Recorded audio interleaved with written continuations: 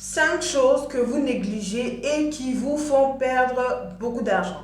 Alors que vous soyez entrepreneur, salarié, travailleur autonome ou même patron d'une grande entreprise, vous devez savoir que l'argent n'est pas la seule ressource que vous avez et que vous devez rechercher. À part l'argent, il y a plusieurs autres choses qui rentrent dans la ligne de compte lorsqu'on parle de quelqu'un qui possède des choses, quelqu'un qui possède des biens, quelqu'un qui possède des patrimoines. Alors dans cette vidéo, j'ai décidé de vous énumérer 5 choses que vous négligez dans votre vie et qui vous fait perdre beaucoup d'argent. Alors, cette liste n'est pas exhaustive, mais j'ose croire que ces 5 choses vont vous permettre d'améliorer radicalement vos finances. À tout de suite.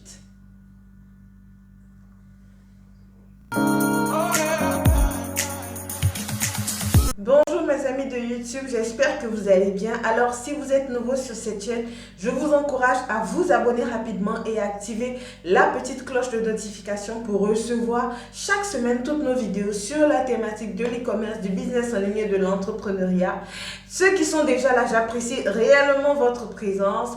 Alors vous pouvez aussi regarder dans la barre de description et voir toutes les informations concernant nos formations, l'information que la Team 7 Chiffres se charge de vous donner pour vous permettre de lancer efficacement votre business en ligne e-commerce. Alors, la semaine des ambitieuses va se tenir du 5 au 15 novembre, une formation intensive de 10 jours pour les femmes. Alors, si tu es une femme, que tu as une activité et que tu veux vraiment accélérer pour le reste de l'année, clique dans la barre de description, rejoins-nous le 5 novembre, inscris-toi avant le 5 novembre et rejoins-nous pour ces 10 jours de formation intensive. Le nombre de places est limité, je le répète, donc première arrivée, première servie.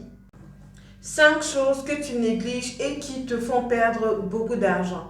Vous savez les amis, dans la vie, il y a plusieurs éléments avec lesquels vous pouvez être en contact. Vous pouvez les négliger, des éléments qui peuvent être en vous, avec vous, que vous pouvez négliger et qui influent directement ou indirectement sur vos finances. Je vous ai dit, ces 5 choses ne sont pas exhaustives, mais je suis certaine que en les utilisant, en faisant plus attention à cela, vous allez voir vos finances augmenter. La première chose que je peux te dire que tu négliges, il y a plusieurs personnes qui négligent et qui font perdre beaucoup d'argent, et bien c'est le talent. Le talent, c'est quoi le talent? Le talent, c'est une aptitude que tu as, une capacité particulière et remarquable que tu as par rapport à un domaine, par rapport à une discipline intellectuelle, artistique ou que sais-je. Tout compte fait, il y a sûrement quelque chose, une chose dans laquelle les personnes te remarquent, tes proches te remarquent, tes proches te disent, tes frères, tes amis te disent, tu es très bien dans tel domaine, tu sais faire très bien cette chose-là, tu cuisines très bien, tu sais très bien coiffer, etc. Voilà quelque chose que tu peux utiliser bien sûr pour te créer des rivières financières. Et je suis aujourd'hui choquée qu'il y ait de plus en plus de personnes que je remarque qui disent qu'ils ne connaissent pas leur talent. Ils ne savent pas c'est quoi qui fait leur particularité. Ils ne savent pas dans quoi ils excellent. Être excellent en comptabilité, c'est un talent. Parce que 10 personnes peuvent faire la comptabilité, 10 personnes peuvent faire l'informatique, mais elles n'auront pas l'excellence que toi tu as, la facilité que tu as avec la comptabilité, la facilité que tu as à faire des algorithmes, etc. Pendant qu'un autre informaticien peut être au niveau moyen. Vous devez identifier et utiliser vos talents pour gagner de l'argent. Le talent, lorsque vous l'identifiez, l'identification du talent est la première étape. Après, tu dois te perfectionner parce que si tu veux qu'on te donne l'argent pour ce que tu sais faire, pour que Michael Jordan devienne un excellent basketteur, il a dû s'entraîner et ça dans toutes les disciplines. Tu dois aller au niveau de l'excellence. Personnellement, j'avais un talent dans l'e-commerce, le business en ligne. Mais comment est-ce que je suis arrivée au niveau où je peux enseigner, je peux apprendre à une personne de passer d'un point A à un point B? C'est parce que j'ai travaillé ce talent-là. J'ai travaillé ce talent-là pour le rendre monétisable. Tu sais faire des gâteaux de façon basique. Perfectionne-toi. Utilise ce talent pour te faire expert en pâtisserie. ce qui va te permettre d'avoir vraiment beaucoup d'argent avec ton activité. Quelqu'un qui sait faire des gâteaux aujourd'hui peut avoir plusieurs grandes pâtisseries dans le monde demain. Tout est une question de vision et d'excellence. Donc, si tu négliges ton talent aujourd'hui, dis-toi que tu laisses passer plusieurs millions de francs CFA, milliers d'euros, ce que tu veux. La deuxième chose que tu négliges et qui te fait perdre beaucoup d'argent, et ça, cette erreur-là, la plupart des personnes en emploi, des salariés le font, c'est ton éducation financière. Si tu négliges ton éducation financière, tu risques, je peux dire sans risque de me tromper, que tu vas finir ta vie dans la pauvreté. Pourquoi est-ce que je dis ça? C'est quoi l'éducation financière? C'est la capacité d'une personne à connaître l'argent, à apprendre comment l'argent fonctionne, comment est-ce qu'on fait avec des investissements, comment est-ce qu'on résout des problèmes d'argent. Robert Kiyosaki dit dans ses livres que d'une personne à une autre, celle qui sera plus avisée en termes d'éducation financière sera celle qui est plus habilité à résoudre des problèmes d'argent et ceux de plus en plus importants, ok? L'handicap que les personnes rencontrent, c'est que lorsqu'ils ont un problème d'argent, la première solution qu'ils trouvent, c'est de trouver un travail. Soit, ce n'est pas une mauvaise solution, on est d'accord. Mais vous devez savoir que l'emploi résout un problème à court terme. L'emploi est une solution, ok? C'est une solution, mais c'est une solution à court terme pour un problème qui s'étend sur le long terme. Tes problèmes d'argent, ce n'est pas ton salaire de 30 jours qui va te permettre de les résoudre. Les salariés qui sont sur cette chaîne, dites-moi en commentaire si votre salaire de 30 jours peut vous permettre de résoudre vos problèmes financiers. C'est un problème à court terme. Ok, tu as besoin de nourriture, tu as besoin de te loger, etc. Tu trouves un emploi. Mais sur le long terme, le problème, il est bien plus important. Le problème de finance est bien plus important sur le long terme. Et ce n'est pas l'emploi. C'est ton éducation financière. C'est ta capacité à résoudre des problèmes d'argent. Ok. Tout le monde peut ne pas utiliser son éducation et s'éduquer financièrement. Ok. Savoir c'est quoi les actifs et les passifs. Et je vous conseille, si vous n'avez rien, vraiment aucune base dessus, de lire Poor Dad, Rich Dad, Père pauvre de Robert Kiyosaki. C'est un classique en éducation financière, ok? Pour que vous compreniez vraiment comment est-ce que vous devez voir les choses en termes de finances. Alors, lorsque vous n'êtes pas, en même temps, comme je disais, vous n'êtes pas obligé. Si vous êtes né avec une cuillère en or dans la bouche, vous héritez d'une fortune, d'une grande fortune, etc. Vous n'êtes pas obligé d'apprendre toutes ces choses, etc. Voilà. À moins que vous avez un patrimoine, par exemple, que vous avez la responsabilité de faire fructifier, ok? Donc, si vous êtes un sportif excellent et que vous touchez des millions de dollars à 17 ans, vous n'avez pas besoin d'éducation financière. Mais si vous êtes dans une logique où c'est vous, ou c'est moi, qui devons créer notre empire, créer notre avenir financier, bâtir une génération solidement, économiquement stable, en négligeant ton éducation financière, tu es en train de te tuer à petit feu. Parce que, bien sûr, tu vas rentrer dans ce que Robert Kiyosaki appelle la foire d'empoigne. Tu travailles, où tu arrives à 60 ans et que tu dois vraiment te reposer. C'est là que tes finances diminuent, ok? Tu touches une pension et tu vois ta vie. Voilà quoi, ta vie finir comme ça, ok? Sans que tu aies vraiment profité de tes finances. Donc, apprends à t'éduquer financièrement. Apprends à t'éduquer financièrement et n'oublie pas que c'est ce qui va te permettre d'acquérir la liberté financière que tu recherches tant. La troisième chose que tu négliges et qui te fait perdre beaucoup d'argent, d'une certaine manière ou d'une autre, c'est la lecture. Et là, je sais que je vais perdre beaucoup de personnes. La lecture, oui. On sait que la plupart des gens n'aiment pas lire. Pour lire, c'est vraiment lourd pour eux. Ils n'aiment pas, ils n'ont pas envie vraiment de lire. Mais vous savez, il n'y a pas de magie, en fait, dans les affaires. Ton niveau de connaissance équivaut, on va dire, n'est pas très décalé du niveau d'argent que tu as dans ton compte bancaire. Je m'explique. Plus tu as de connaissances, plus ton niveau d'argent de ton compte bancaire va monter. Mais si tu ne lis pas ces connaissances-là, comment tu fais pour les avoir? Comment tu fais pour les avoir? Tu dois te mettre à la lecture, ok? Si tu n'aimes pas lire, ok, bon, c'est déjà fait, tu n'aimes pas lire. Mais commence par lire même une page par jour. Tu prends un livre, tu lis une page. Le lendemain, tu lis une autre page. La semaine d'après, tu lis 2 pages, etc., etc. Ça va te donner le goût à la lecture. Vous savez, la lecture, j'aime dire la lecture, c'est comme prendre un bain. Quand tu as un livre devant toi, tu n'as pas envie de lire. Ok? Quand tu veux te laver, la plupart du temps, il y a des gens qui paraissent beaucoup à se laver. Souvent, quand tu es fatigué, tu paresses pour te laver et tout. Mais quand tu t'en vas te laver, tu te dis, ah oui, tu vois qu'en fait, c'est la meilleure décision que tu as pu prendre, en fait. C'est pareil pour la lecture.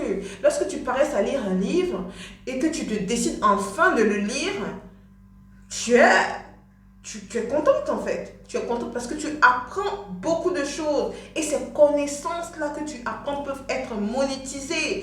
Il n'y a pas de magie. C'est comme quelqu'un qui veut apprendre des choses mais qui refuse d'aller à l'école. Ça ne marche pas. Leaders are readers. Les leaders sont des lecteurs, des personnes qui aiment lire. Il n'y a vraiment pas de tricherie à faire là-dedans. Si tu n'as pas, tu ne sais pas, tu n'aimes pas lire, ok?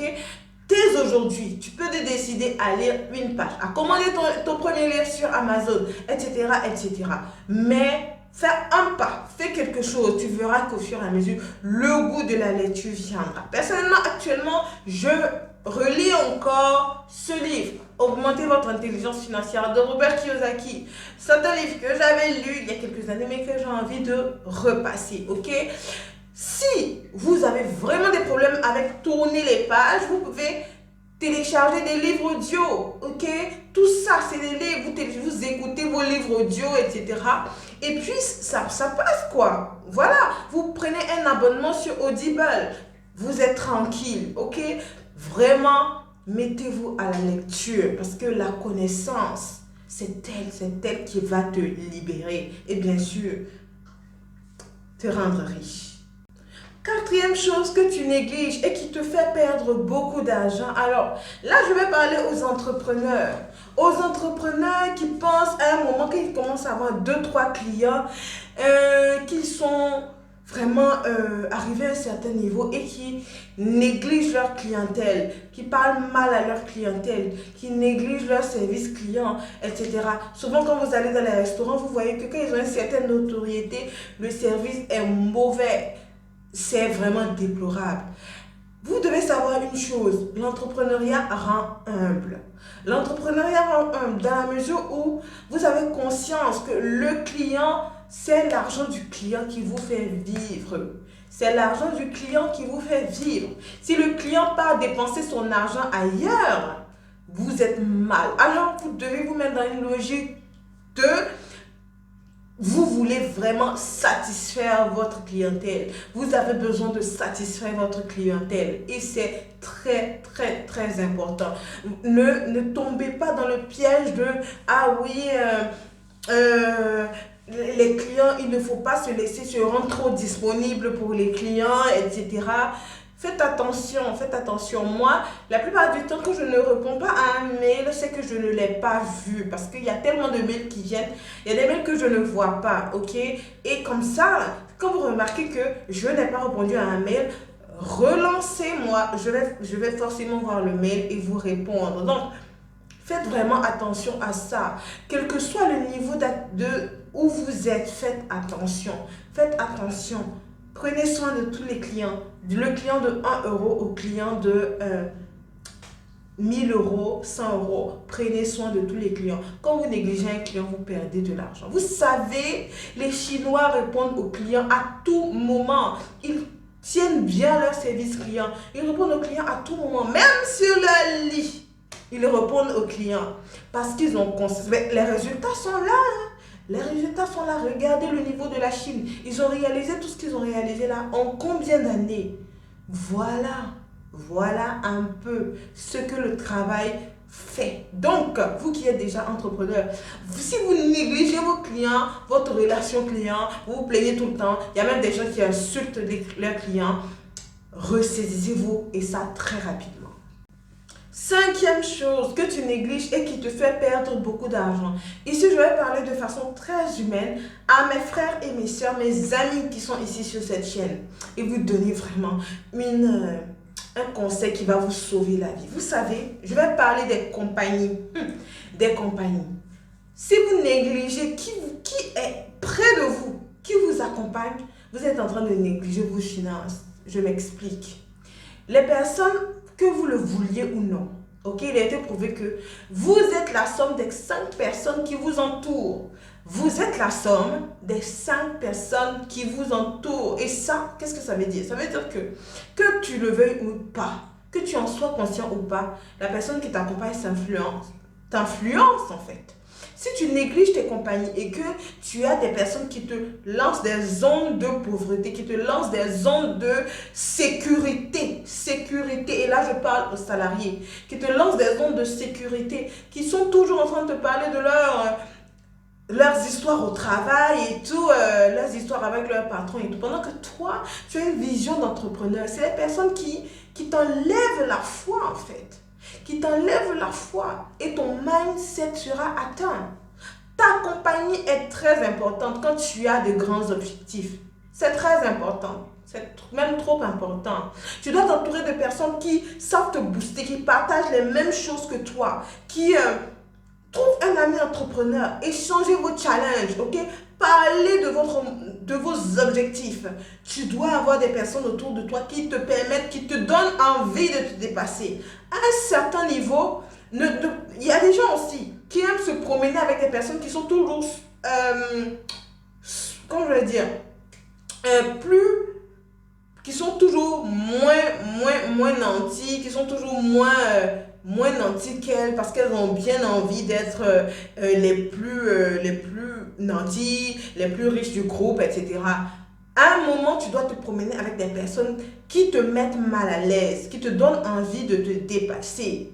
Moi, personnellement, j'aime bien aller vers les gens, passer du temps, communiquer, écrire aux personnes qui me challenge vraiment, en fait.